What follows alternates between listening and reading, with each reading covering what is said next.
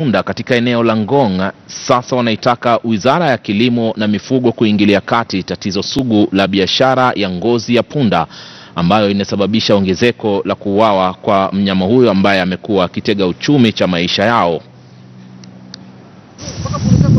Wafugaji wa punda hawana cha kufurahia hapa Ngong.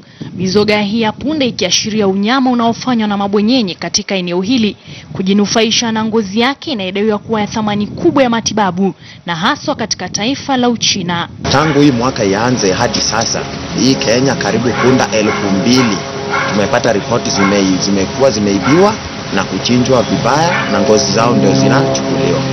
Morris Njeru ambaye amekuwa akitumia punda wake kuendeleza shughuli mbalimbali ikiwemo biashara ya maji katika eneo hili hakuamini macho yake alipopata mizoga anayoamini kuwa ya punda wake wawili ikiwa imetupwa kwenye shamba la madaktari wa mifugo la Ngong. Ngozi imeng'ozolewa. Anasema amepoteza punda 8 kufikia sasa. Mbeleni walikuwa kuja kwanza kuimba masaa ya usiku. Sasa wamekuja masaa ya mchana. Sasa hiyo kilio tuko nayo kwa sasa hivi sana.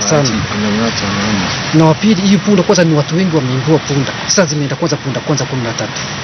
Na kutokana na hofu kwamba huenda biashara hiyo ikamaliza punda wote katika eneo hili.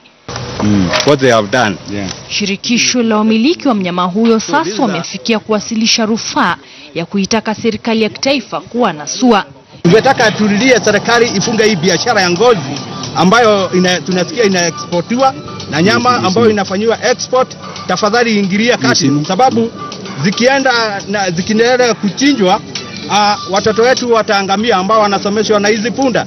Na tuliandika petition kwa serikali tukiwa mwezi wa 6 tukiwaomba tafadhali hii biashara ya ngozi ya punda wasimamishe Kenya vile nchi zingine Afrika imefanya. Je, watapata suluhu?